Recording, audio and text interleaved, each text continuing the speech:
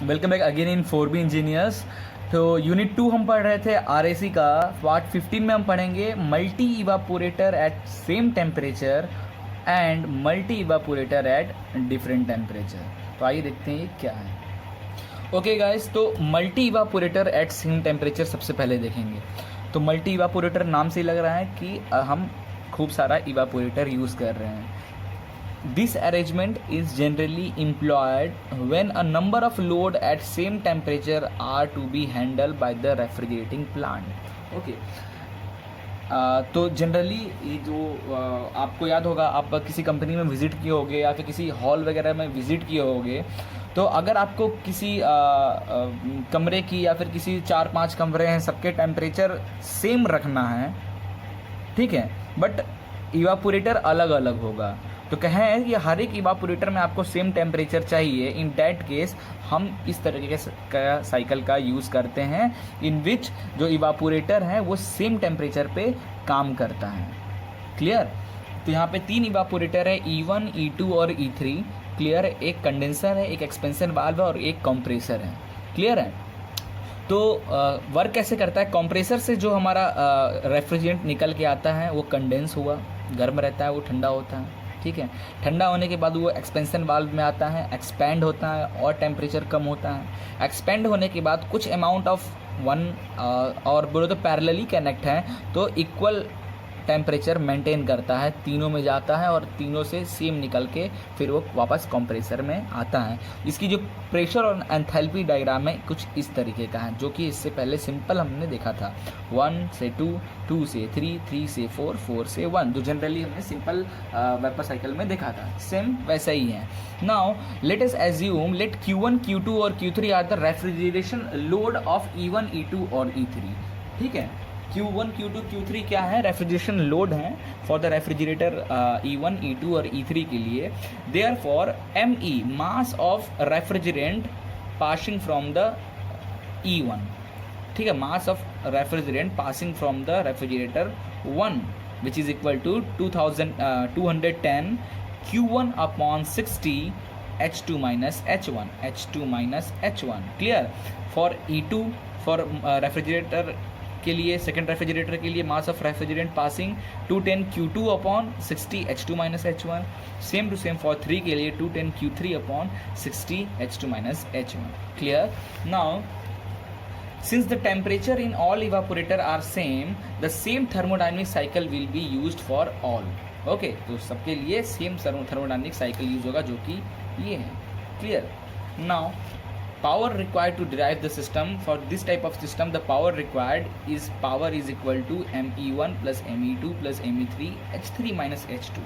What is H3 minus H2?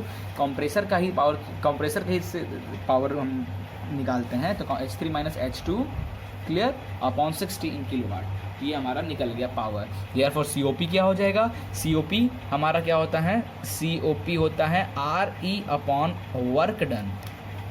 Clear?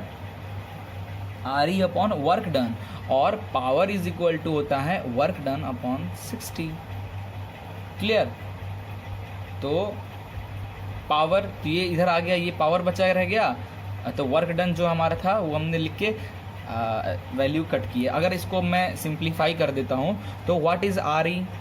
RE आपका क्या होगा? H2 minus H1। ठीक है, RE हो जाएगा ME H2 minus H1।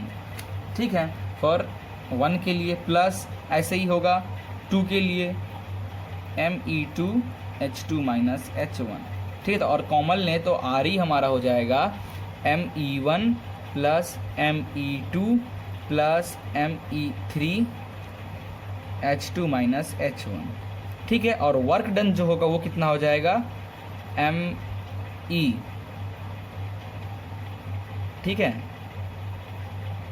Work done हो जाएगा ME1 plus ME2 plus ME3 upon H3 minus H2। क्योंकि वर्क डन जो होगा तो इसमें क्या आ रहा है? यहाँ पे 1 ME1 ME2 ME3 mass of refrigerant eight 1, तो यहाँ पे जो होगा ME1 plus ME2 plus ME3 निकलेगा। ठीक है, तो how much work done in the compression? This into H3 minus H2। Okay, तो ये हो गया। तो जिसको डिवाइड करोगे तो ये दोनों टर्म तो कट जाएगा, H2 minus H1 upon H3 minus H2 बचेगा। आप ऐसे भी कर सकते हो। और पावर क्या होता है, दिस वर्क डन को 60 से डिवाइड कर दो, यही तो है power. Therefore COP is equal to, और ये होता है कि ये क्या होता है हमारा वर्क डन, तो इसको आप वर्क डन की जगह पे इसको इंटू कर दो, तो ये ऊपर चला गया 210 Q1 plus Q2 plus Q3, ये बचा हमारा। Clear. Now two evaporator at different temperature. अगर आपको जो दो इवापोरेटर हैं दोनों अलग अलग टेम्परेचर पे, मतलब ये कमरे को अगर 18 डिग्री सेल्सियस तक ठंडा करके रख रहा है, तो ये जो है समझ लो कि थोड़ा सा ज़्यादा हुआ, 20 डिग्री सेल्सियस तक रख रहा है, तो अलग अलग टेम्परेचर चाहिए अगर आपको दो कमरे में, बट एक ही साइकिल से। इन डैट केस आप दो इवापोरेटर यूज़ करोगे और दोनों का टेम्परेचर अलग अलग होगा। ओके, तो कैसा है कंप्रेसर से, क्या ये वर्क कैसे कर रहा है, एक्सपेंशन से, हमारा एक्सपेंशन वाल्व से रेफ्रिजरेंट आ रहा है, पहले वाले इवापोरेटर में जा रहा है, वहाँ से निकलने के बाद कंप्रेसर में अगेन कंप्रेस हो रहा है और वो फिर जा रहा है सेकंड कंप्रेसर में, ठीक है। और उन्हीं के बीच में हमारा जो इवापोरेटर से E2 जो इवापोरेटर से जो रेफ्रिजरेंट आ रहा है वो मिक्स होके C2 में जा रहा है, और फिर जो निकल रहा है वो जा रहा है कंडेंसर में। कंडेंसर से निकलने के बाद कुछ अमाउंट तो चला जा रहा है हमारा तो इधर की ओर, और कुछ अमाउंट इधर की ओर चला जा रहा है, ठीक है, at 2 stage at different temperature. इसका जो हमारा बनेगा प्रेशर और एंथैल्पी डायग्राम कुछ इस तरीके का, 1 से 2, ठीक है, 1 से 2 इवापोरेट हुआ, और 4 से 5 पे भी इवापोरेशन हो रहा है, तो इसका टेम्परेचर अलग है, इसका टेम्परेचर लाइन, और ये प्रेशर है, अगर इसका टेम्परेचर एंट्रोपी में देखोगे तो अलग अलग दिखेगा। तो 1 से 2 again it will be compress, this gas will be compress from 2 से 3 एंड 3 to 6, ये 3 डायरेक्ट ये 3 to 6 जाता है, बट एक इंटरकूलर टाइप का काम कर रहा है। E2 से जो निकल के आ रहा है वो इंटरकूलर की तरह काम कर रहा है, तो इंटरकूलरिंग हुआ and again it will be compress, so again it will be compressed and it goes and this, clear। ऐसे तो M1 कितना हो जाएगा 210 Q1 इन दिस E1 में 210 Q1 upon 60 H2 minus H1। M2 कितना हो जाएगा 210 Q2 60 H5 माइनस H4 और H5 माइनस H4, ठीक है, और H5 माइनस H4 है, हाँ H4 को आप H7 भी लिख सकते हो, तो H5 माइनस H7 हमने लिख दिया।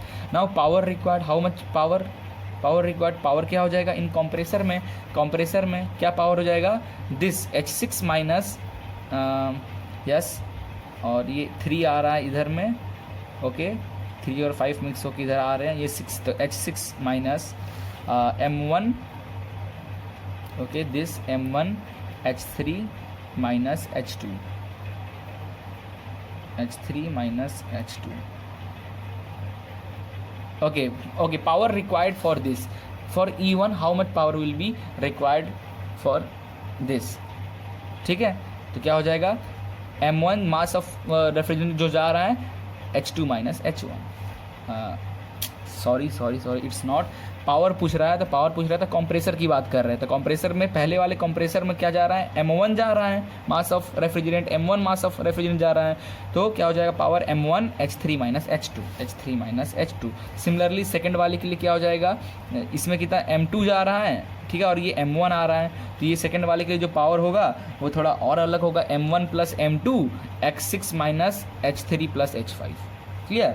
नाउ अब थोड़ा देखते हैं, दस मास of refrigerant coming out from the compressor C1 is mixed with the refrigerant coming out from the evaporator E2, okay yes, इससे जो रेफ्रिजरेंट निकल के आ रहा है वो किससे मिक्स हो जा रहा है, इवापोरेटर E से जो रेफ्रिजरेंट आ रहा है उससे मिक्स हो रहा है E2 से। So the condition of the mixture can be calculated by using the enthalpy balance and it's given by Hx which is equal to M1 H3 plus M2 H5, M1 H3 जो निकल रहा है और इससे जो निकल रहा है M2 H5 upon M1 plus M2, clear है।